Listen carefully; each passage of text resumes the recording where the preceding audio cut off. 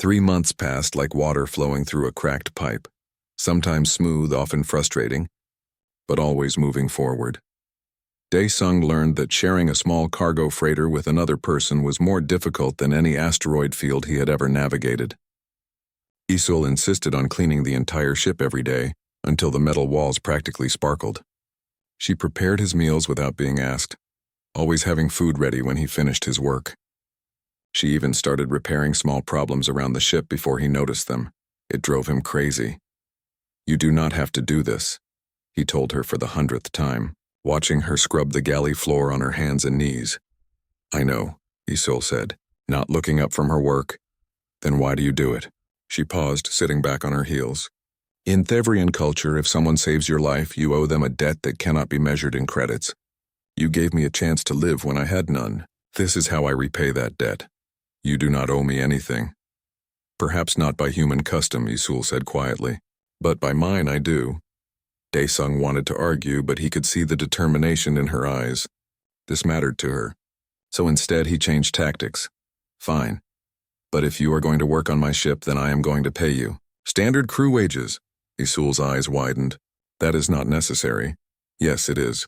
You are doing crew work, so you get crew pay. That is how it works on human ships." For a moment he thought she might refuse. Then she nodded slowly, and he saw the beginning of a smile. "Thank you, Dae-sung."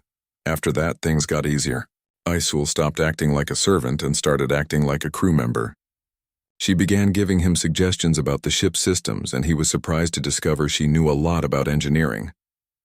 "Where did you learn this?" he asked one day, watching her rewire the navigation console with practiced efficiency.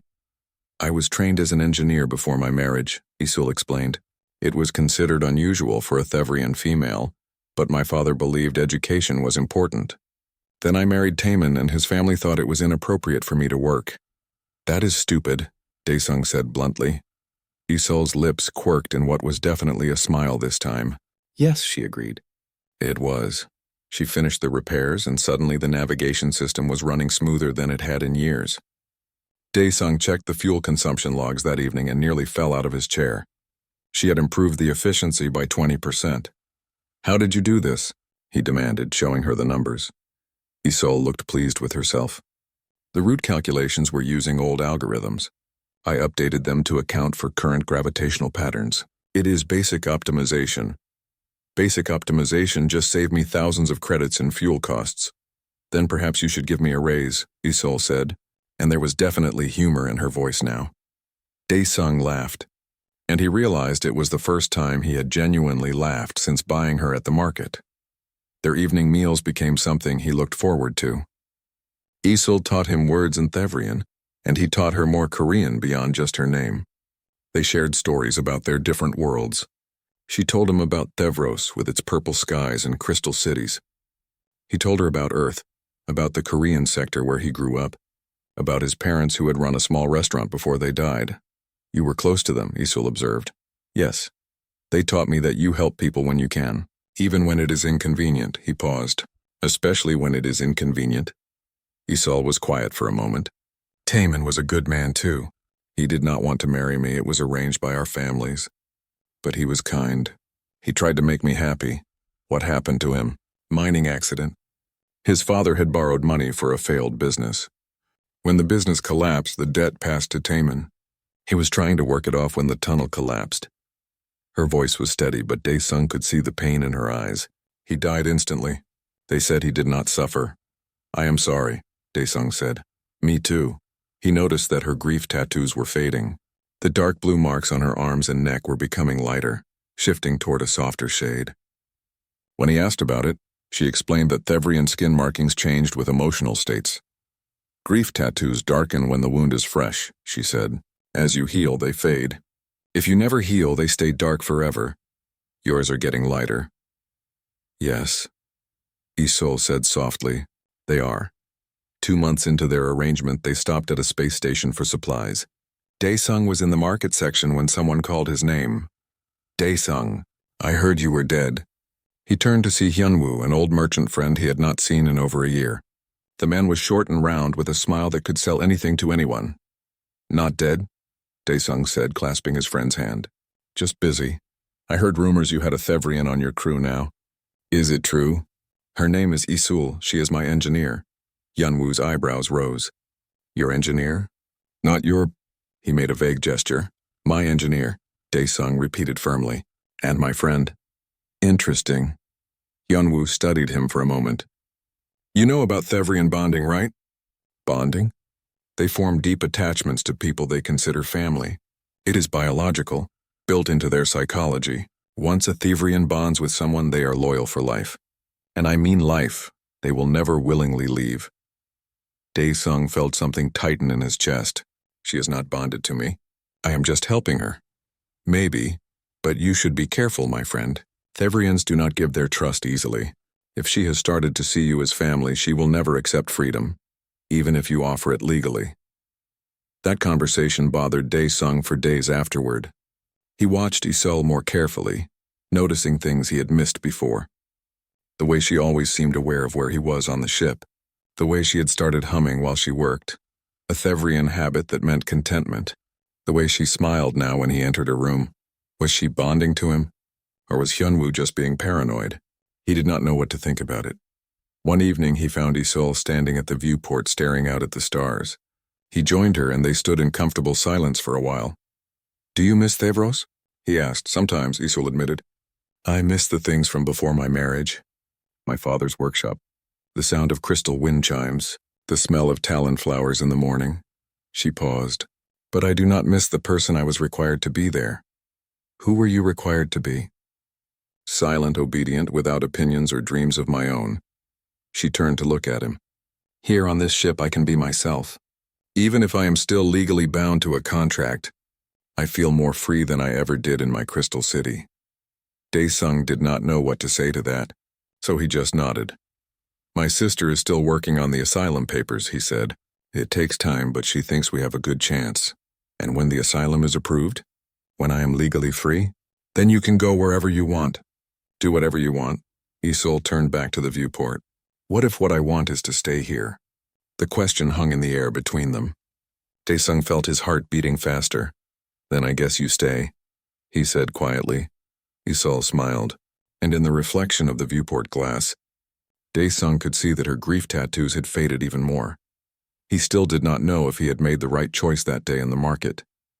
But looking at her now, smiling alive, becoming herself again, he thought maybe he had. Even if he had gone there to buy meat and come back with a person, maybe the universe had given him exactly what he needed, even if he had not known he needed it. That night, Daesung lay in his makeshift bed in the cargo hold and admitted something to himself that he had been avoiding for weeks. He did not want her to leave either. The alarm woke Daesung from a dead sleep. Red emergency lights flooded the cargo hold as the ship's computer blared a warning about an approaching vessel. He rolled off his makeshift bed and sprinted to the cockpit, nearly colliding with Isul in the narrow corridor. What is happening? She asked, her voice steady despite the fear in her eyes. Someone is following us. Daesung slid into the pilot seat and pulled up the scanner displays. A ship was closing fast, matching their speed and trajectory. They are not responding to hails. Isul leaned over his shoulder, studying the scanner data. Her face went pale, paler than usual. That is a Thevrian hunter vessel, she whispered. Hunter? Bounty hunter. They track people who break Thevrian law. She gripped the back of his chair, her knuckles white. They found me.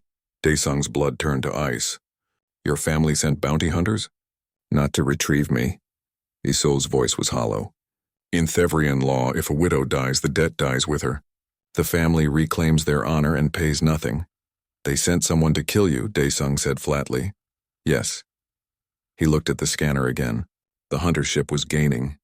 His freighter was not built for speed, and definitely not built for combat. They had maybe 10 minutes before the hunter caught up. Strap in, he ordered. Isul moved to the co-pilot seat and buckled the safety harness. Daesung pushed the engines to maximum, angling toward a nearby asteroid field. If he could lose them in the rocks, maybe they had a chance. The hunter ship opened fire. Energy blasts streaked past the freighter, close enough that Daesung could see them light up the viewport. He jerked the controls, dodging through increasingly erratic patterns. They are herding us away from the shipping lanes, Isul observed. toward empty space where there are no witnesses. She was right. Dae-sung changed course, pushing toward the asteroid field even harder. The freighter's hull groaned under the stress. They plunged into the asteroid field at a speed that was definitely not recommended.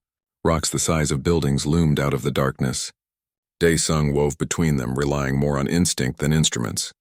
Behind them, the hunter ship followed with deadly precision. "He is good," Dae-sung muttered, yanking the controls to avoid a spinning chunk of ice. "His name is Kwon," Isul said quietly. "He was a war veteran before he became a hunter. He has never failed a contract." "Great. That is exactly what I wanted to hear." An energy blast clipped their starboard stabilizer. Alarms screamed. The ship lurched sideways, scraping against an asteroid with a horrible shriek of tearing metal. "Shield generators are offline," Isul reported, her fingers flying over the co-pilot controls. "Hull breach in cargo section 3, sealing emergency doors." Dae-sung pushed deeper into the asteroid field, looking for any advantage. His ship was damaged and slow, but it was smaller than the hunter vessel. If he could find a tight enough space, there, a gap between two massive asteroids barely wide enough for his freighter. He aimed for it without hesitation. "That is too narrow," Isul said. "I know." He killed the engines at the last second, letting momentum carry them through. Metal screamed as both sides of the ship scraped rock, but they made it through. Behind them, the hunter vessel tried to follow and had to pull up, too large to fit. They had bought maybe 2 minutes. "Get to the engine room," Dae-sung ordered. "See if you can get the shields back online." Isul unbuckled and ran. Dae-sung kept flying, using every trick he knew to stay ahead of their pursuer. But the hunter was relentless and the freighter was falling apart. His communication console beeped. "Incoming message, emergency channel." He almost ignored it, then saw the sender ID, Bora. He opened the channel. His sister's face appeared on screen, looking panicked. "Appa, I just got an alert from my legal contacts. There is a bounty contract out on Isul. Thievery and family law authorized kill order. You need to get to human space immediately." "We are trying," Dae-sung grunted, dodging another energy blast. "But we have a problem." Another impact rocked the ship. Sparks flew from a control panel. "I have filed emergency asylum papers with the Human Colonial Authority," Bora said quickly. "But they need 48 hours to process. You have to keep her alive and get to human territory before then. If you can reach any human military vessel or station, they will provide protection while the papers go through." 48 hours, Dae-sung repeated. "We might not have 48 minutes. Then you better fly faster." The communication cut out as another blast took out the long-range antenna. Dae-sung checked his navigation charts. The nearest human patrol route was 6 hours away at maximum speed. But the ship could not maintain maximum speed, not with the damage they had taken. Isul returned to the cockpit, her face streaked with grease. "Shields are at 30%. It is the best I can do." "That will have to be enough." For the next 5 hours they played a deadly game of cat and mouse. Kwon the hunter never stopped, never slowed, never gave up. He was methodical and patient, slowly wearing down their defenses. Energy blasts chipped away at the ship piece by piece. Dae-sung was exhausted, running on fear and caffeine. His hands ached from gripping the controls. Isul sat beside him, calling out hazards and managing the failing systems, her voice never wavering even as death chased them through the void. "You should have left me on Velzara," she said quietly during a brief moment of calm. "Shut up," Dae-sung said without heat. "You would have 30,000 credits and a working ship." "I said shut up." Dae-sung, "I do not regret it," he interrupted. "Any of it, even this." "Especially this," Isul stared at him. "Why?" "Because you are worth it," he said simply. "Because leaving you there would have been wrong, because—" He struggled for the words. "Because you are my friend, and you do not abandon your friends." Something shifted in her expression. The grief tattoos on her neck, already faint, seemed to shimmer and change. New markings appeared beneath them, silver lines, delicate and beautiful. "What is happening to your tattoos?" Dae-sung asked. Isul touched her neck, her eyes wide. "Joy-bonding marks. They appear when a Thevrian finds family." She looked at him with wonder. "I have bonded to you." Before Dae-sung could process that, the scanner erupted with new alerts. Kwon had found them again, and this time he was not holding back. Energy blasts hammered the ship in rapid succession. "We cannot take much more of this," Isul warned. Dae-sung made a decision. A desperate, probably stupid decision. "Hold on," he said. He aimed the ship straight down toward the largest asteroid in the field and accelerated. Isol gasped but did not question him. The asteroid's surface rushed toward them at insane speed. At the last possible second, Daesung fired the maneuvering thrusters and yanked the controls hard. The freighter spun like a coin, scraping along the asteroid's surface before shooting off at a 90-degree angle. Behind them, Quan tried to follow, but he was a fraction of a second too slow. His ship clipped the asteroid and went into an uncontrolled spin. Daesung did not look back. He pushed the dying engines to maximum and flew straight for the human patrol route. The ship was on fire in 3 places. The life support was failing, and the hull was probably held together by hope and prayer. They burst out of the asteroid field and into open space. Ahead, Daesung could see running lights, a human Navy patrol. He triggered every emergency beacon the ship had and broadcast on all military frequencies. "This is civilian freighter requesting immediate assistance. We are carrying an asylum seeker under attack, requesting protection under human colonial law." For a long, terrible moment, nothing happened. Then 3 Navy fighters detached from the patrol group and burned toward them. At the same time, Quan's hunter ship emerged from the asteroid field, still in pursuit. The Navy fighters positioned themselves between the freighter and the hunter. A warning broadcast went out in Galactic Common. "Thevrian vessel, you are in human-protected space.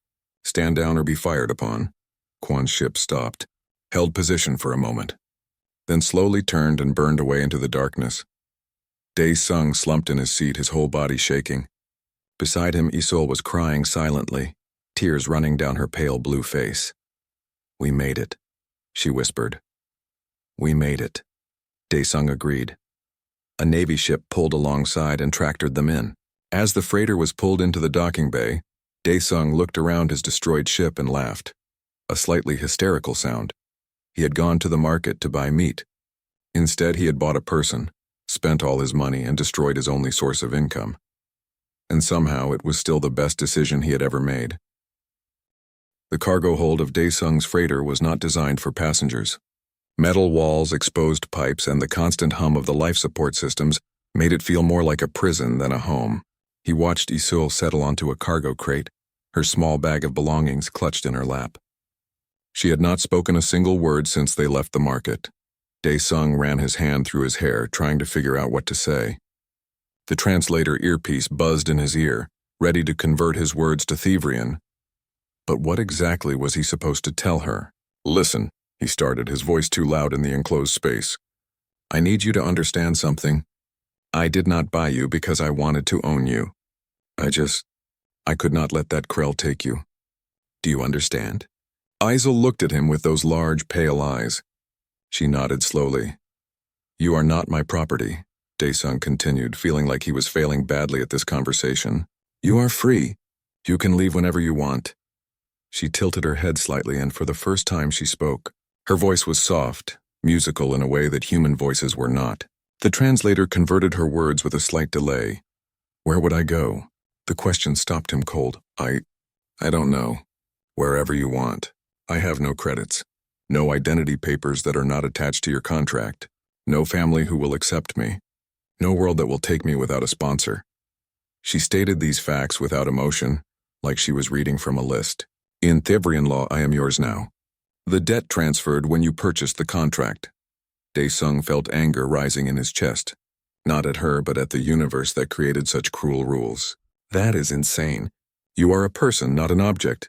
"Yes," Isol agreed simply, "but the law does not care about that." He wanted to argue, to tell her that human law was different, that she had rights. But even as he thought it, he realized the problem. They were not in human space. Velsera operated under Galactic Common Law, which recognized Thevrian cultural practices as valid. And if she left his ship without his sponsorship, she would be arrested as an undocumented entity. He had not rescued her. He had just changed who owned her. The thought made him want to punch something. "I need to make a call," he said abruptly. "Stay here. There is food in the storage locker over there. Help yourself to whatever you want." Isol nodded and turned her attention to her bag, carefully unpacking the few items inside. Daesung climbed the ladder to the cockpit and sealed the door behind him. His sister's face appeared on the communication screen after 3 rings. Bora looked tired. She always looked tired these days. Being an immigration lawyer meant dealing with bureaucratic nightmares all day, every day. Appa, she said, using the Korean term for older brother. You are back early. How was the run? I did something stupid, Dae-sung said. Bora's expression shifted immediately to concern. How stupid? Arrested stupid or just expensive stupid? I bought a person. Silence.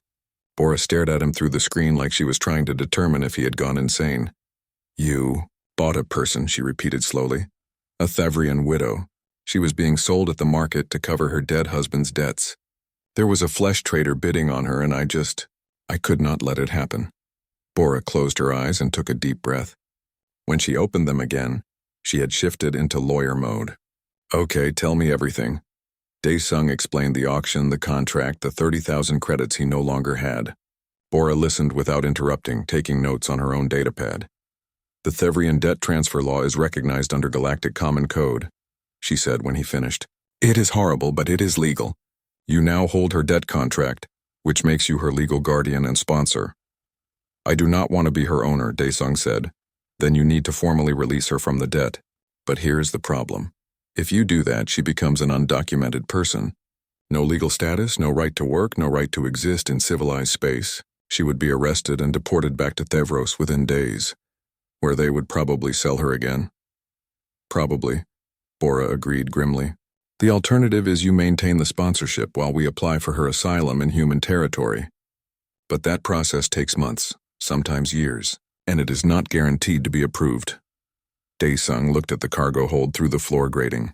He could see Isul's shadow moving as she explored her new surroundings. What should I do? He asked. Keep her with you, Bora said. Treat her like a person, not property. I will start filing the asylum paperwork. But you need to keep her in your custody until then. If she gets separated from you, she will fall through the cracks of the system. So I am stuck with her. You bought her, Appa. Yes, you are stuck with her. Bora's expression softened. But you did the right thing. That Krell would have destroyed her. At least this way she has a chance. After ending the call, Dae-sung sat in the pilot seat for a long time, staring at the control panels without really seeing them. 30,000 credits gone. A stranger living on his ship. Legal responsibility for another person's life. He had definitely gone to the market for meat and come back with a disaster. When he finally climbed back down to the cargo hold, he found Isul had organized her corner with precise efficiency. Her few belongings were arranged on a crate. She had found a blanket and folded it into a neat square. She stood when she saw him, hands clasped in front of her in a posture that looked like a servant waiting for orders. Stop that, Dae-sung said, probably too harshly. You do not have to stand when I enter a room. What should I do instead? Isul asked. The question was genuine, not sarcastic. She really did not know. Just be comfortable, sit, relax, whatever you want. She sat back down on the crate, but her posture remained rigid. Dae-sung grabbed a second crate and sat down across from her. My sister is a lawyer. She is going to help us figure this out. But it is going to take time. For now, you stay on my ship. This cargo hold is not great, but there is a cabin up front. It is small, but it has a door and a bed. You should take it. Where will you sleep? Isul asked. I will figure something out. The pilot seat reclines. That is not appropriate. You are the owner. You should have the cabin. I am not your owner, Dae-sung said firmly. Stop calling me that. Then what should I call you? He realized she did not even know his name.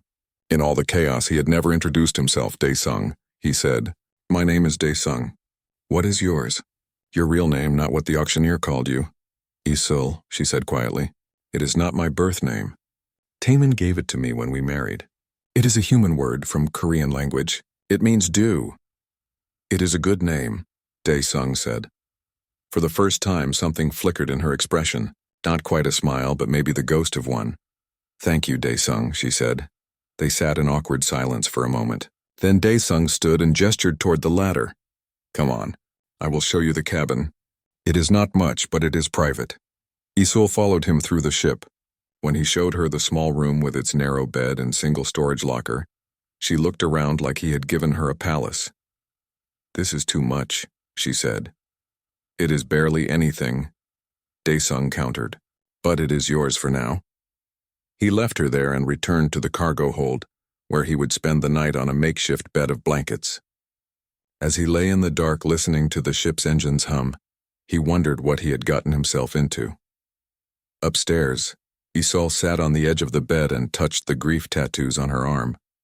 They were dark and fresh, marking the loss of her husband, her home, her entire life. But for the first time in months, she felt something other than despair. She felt a small, fragile spark of hope. The cargo freighter touched down on Velsera's landing pad with a shudder that rattled every loose bolt in its hull. Dae-sung killed the engines and sat back in his pilot seat, rubbing his tired eyes. Another 3-week haul complete. Another paycheck that would barely cover fuel and repairs. He grabbed his jacket and headed down the ramp into the thick, humid air of the trade hub planet. Velsera smelled like 1,000 different worlds mixed together. Burning spices, engine oil, something sweet and rotten, and underneath it all, the metallic tang of recycled atmosphere. The planet existed for one reason only: commerce. Legal, illegal, and everything in between. Dae-sung's stomach growled. He had been living on protein bars and freeze-dried noodles for weeks. The street market would have real food, maybe some of those Earth-style synthetic steaks the Korean vendors sold. His mouth watered just thinking about it. The market sprawled across 6 city blocks, covered by a massive atmospheric dome that kept out the toxic rain. Thousands of beings from hundreds of species crowded the narrow passages between stalls. Dae-sung pushed through the chaos, ignoring the vendors who shouted at him in a dozen languages. His translator earpiece buzzed constantly, trying to keep up. He found the meat district after 20 minutes of searching. The stalls here sold everything from earth beef to Xandarian liver fruit, to things he could not even identify. A short alien with 6 arms waved at him, holding up skewers of something that still seemed to be moving. Fresh, very fresh, best quality, the vendor shouted. Dae-sung shook his head and kept walking. He wanted familiar food, not an adventure. He was studying a display of frozen steaks when he heard the voice. It cut through the market noise like a knife. Loud, aggressive, speaking in Galactic Common with an accent he recognized as Morthan. Step up, step up. Rare item today. Thevrian female, prime age, no diseases. Certified by Station Medical. Dae-sung's blood went cold. He knew that sales pitch. He had heard it before in the darker corners of space stations. Flesh trade. Slavery. Though the dealers always had legal paperwork that said otherwise, he should have walked away. It was not his business. The galaxy was full of injustice, and one human cargo hauler could not fix it all. He had learned that lesson years ago, but his feet carried him toward the voice anyway. A crowd had gathered in a side alley between the food stalls. Dae-sung pushed through until he could see the platform. It was crude, just some cargo boxes stacked together, but it served its purpose. Standing on top was a woman. She was not human. Her skin was pale blue, almost white, like ice under moonlight. She stood about his height, with features that were similar to human but wrong in subtle ways. Eyes slightly too large, fingers slightly too long, ears that came to delicate points. She wore a simple gray dress that had seen better days. Her face was blank, emotionless, but Dae-sung could see the markings on her exposed arms and neck. Dark blue tattoos in swirling patterns. The auctioneer was a Morthan, a slug-like creature in a floating mobility chair. Its skin glistened with slime under the market lights. "This is Isul," the Morthan announced, consulting a datapad. "Widow of Taman of Thevros. Husband died owing significant debts. Under Thevrian law, the widow assumes all financial obligations. She is being offered to cover outstanding balance of 43,000 credits. Dae-sung felt sick. 43,000 credits. That was more than he made in half a year. Bidding starts at 5,000 credits, the Morthan said. A few beings in the crowd raised their hands. Dae-sung recognized the types. Labor contractors, brothel owners, the kind of people who saw sentient beings as products. His hands clenched into fists. The woman on the platform did not react. She stared straight ahead as if she had left her body behind and gone somewhere else entirely. 8,000, someone called. 10,000, said another voice. Dae-sung saw him then. A Krell flesh trader he recognized from wanted posters in human space stations. The creature stood on 4 legs, its mandibles clicking together as it studied Isul like a piece of meat. 15,000, the Krell said. Its translator rendered the words in a flat, emotionless tone. But Dae-sung knew what those places did to the beings they bought. Work them until they broke, then throw them away. His heart pounded. This was insane.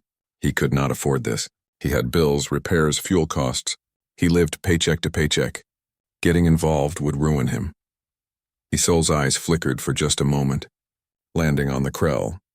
Daesung saw the fear there, quickly hidden again behind that blank mask. Something in him broke. 20,000, he heard himself say. The crowd turned to look at him. The Morthan's eyes widened with greedy delight. 20,000 from the human. Do I hear 25? The Krell clicked its mandibles, studying Daesung. 22,000. Daesung's bank account had maybe 35,000 credits total. His safety net. His emergency fund.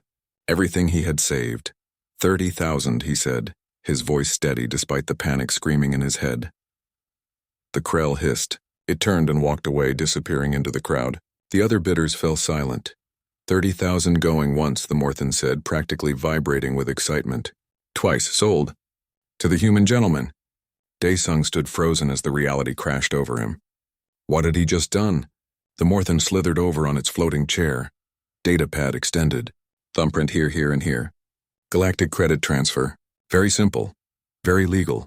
Daesung's hand shook as he pressed his thumb to the pad and authorized the transfer. 30,000 credits vanished from his account. The device beeped confirmation. Congratulations, the Morthan said. The contract is now yours. She is your legal dependent under Thavrian law. All debts transferred to your ownership. Here is her documentation chip.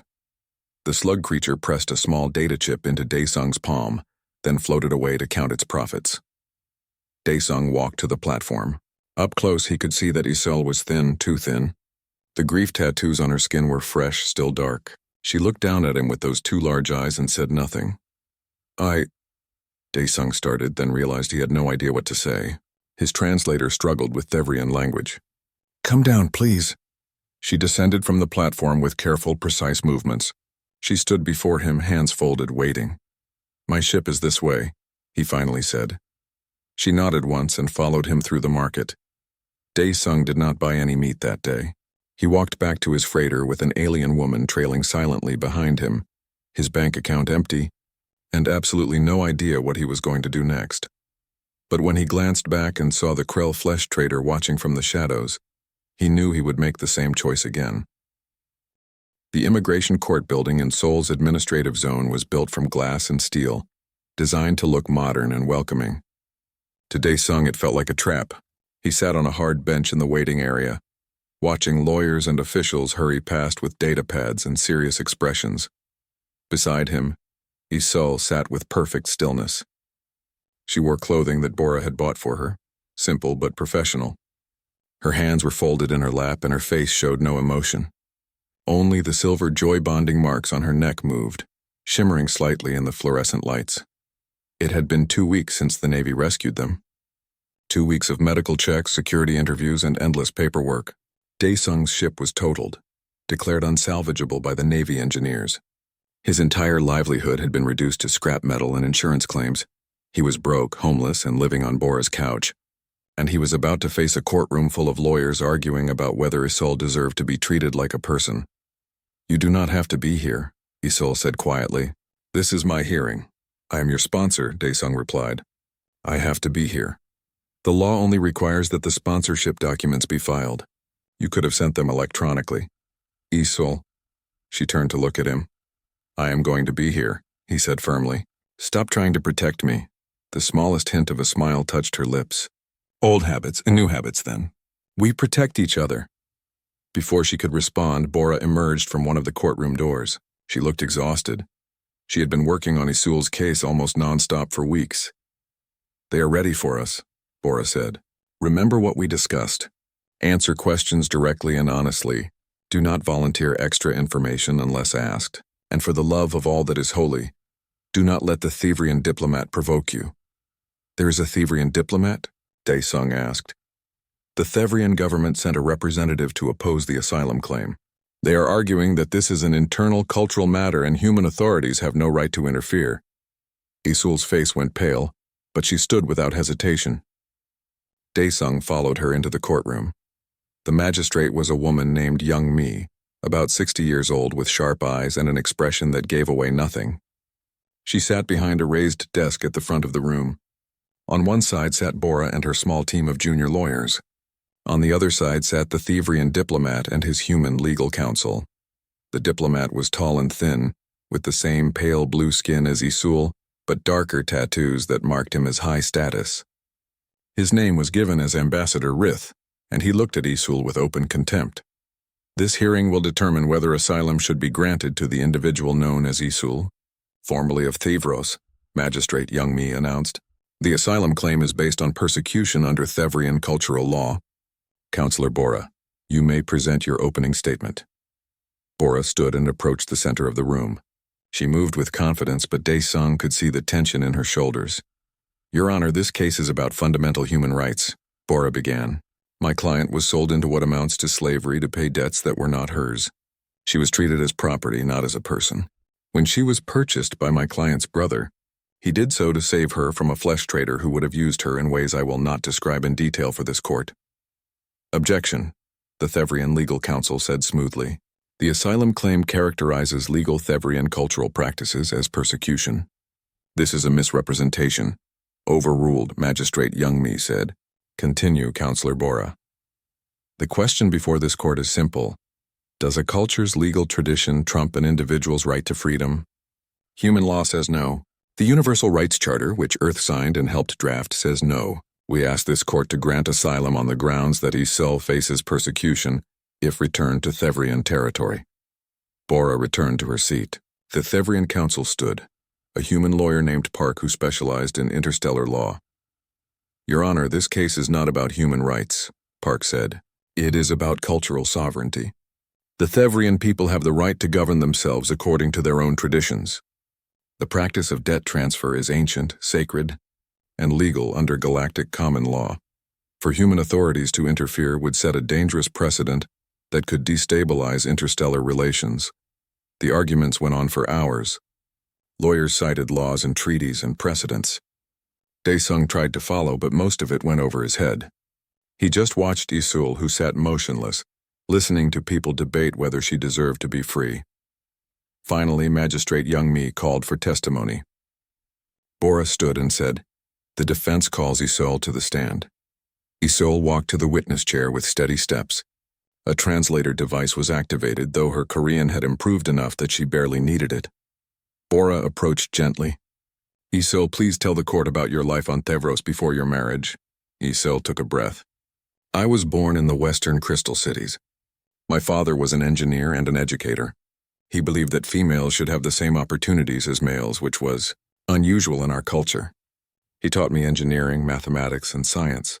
I was happy. What happened when you married? My marriage was arranged by my family and my husband's family. It was traditional. Taemin was kind to me, but his family was not. They believed it was inappropriate for a married woman to work or study. I was expected to manage the household and eventually bear children.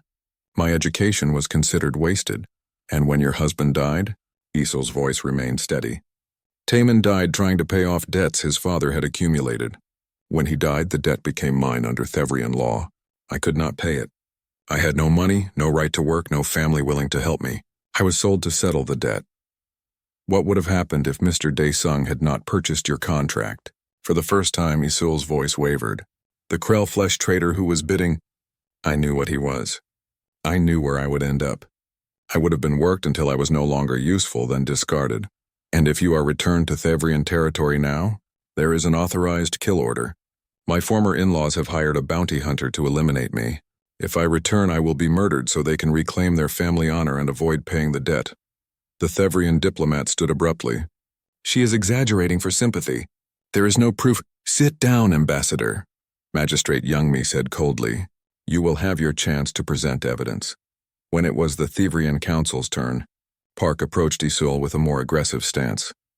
Is it not true that you could have resolved your debt through legitimate work contracts on Thevros? He asked. No, Isul said. I was not permitted to work. Thevrian law requires a male sponsor for any female employment, and I had none. You could have remarried. I did not wish to remarry. So you chose to be sold rather than follow cultural expectations? Bora shot to her feet. Objection. The witness is being asked to justify her own enslavement. Sustained, the magistrate said. Counselor Park, rephrase. Park changed tactics. You claim to have bonded with Mr. Dae-sung. Is it possible that your testimony is biased by this emotional attachment? Isul met his eyes directly. My testimony is based on facts. The facts are that I was sold as property, that I face death if I return, and that human law offered me something Thevrian law never did, the recognition that I am a person with rights. The room fell silent. After Isol's testimony, Dae-sung was called to the stand. He answered questions about the purchase, the auction, the attack by the bounty hunter. When Park tried to suggest that Dae-sung had bought Isul for improper purposes, Bora shut that down with evidence of their separate sleeping arrangements and professional relationship.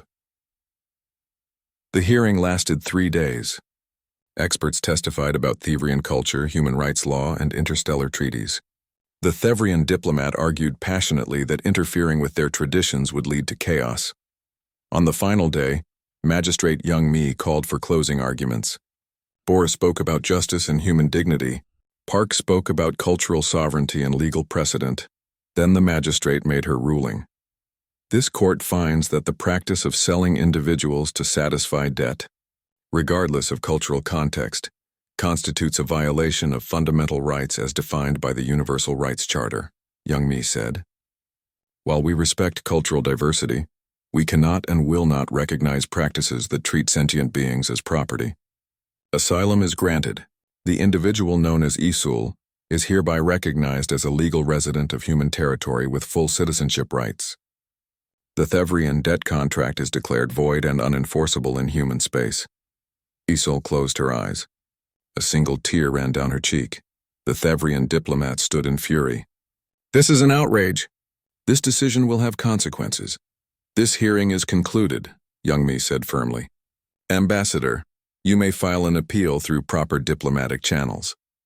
Outside the courthouse, Isul stood on the steps and looked up at the sky. It was raining, a soft soul drizzle that made the city lights blur and shimmer. I am free, she said wonderingly. You are free, Dae-sung confirmed. She turned to look at him, and there was something complicated in her expression. I can go anywhere now, do anything. Yes, I have no credits, no home, no ship, and no family except... She paused. Except you. Dae-sung realized the problem. She was free, but freedom without resources was just a different kind of prison. Stay with me, he said. With me and Bora,